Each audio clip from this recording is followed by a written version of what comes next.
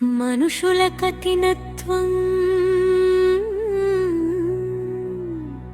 క్రీస్తు మౌనం.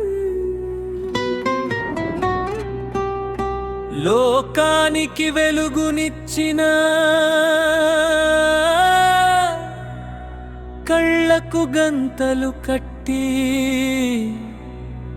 ముఖంపై ఉమ్మివేసి నువ్వు దేవుని కుమారుడవైతే నిన్ను నీవు రక్షించుపో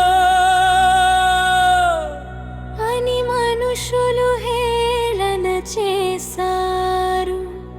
నిన్నటి వరకు ఏ నోళ్లతోనైతే హోసన్నా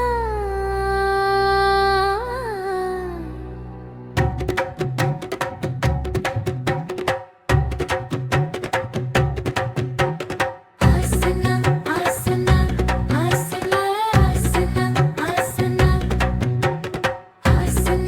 ఆసన్నా ఆసన్నా ఆసన్నా ఆసన్నా. లోకానికి వెలుగునిచ్చిన కళ్ళకు గంతలు కట్టి ముఖంపై ఉమ్మివేసి నోబాతేరుని కుమారుడవైతే నిన్ను నీవు రక్షించుకో అనే మనుషులు హేళన చేశారు. కృతజ్ఞతతో ఏ నోళ్లతోనైతే హోసన్నా అని జయ జయధ్వానాలు చేశారు. అదే నోళ్లతో ఈరోజు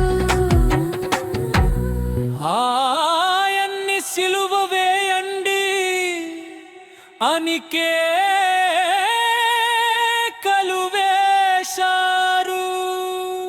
నమ్మక ద్రోహముపై వెండి నాణేల కోసం ఒక ముత్తుతోన తన గురువును మృత్యువుకు అప్పగించిన మనుషుల స్వార్థం ఎంత భయంకరమైనది.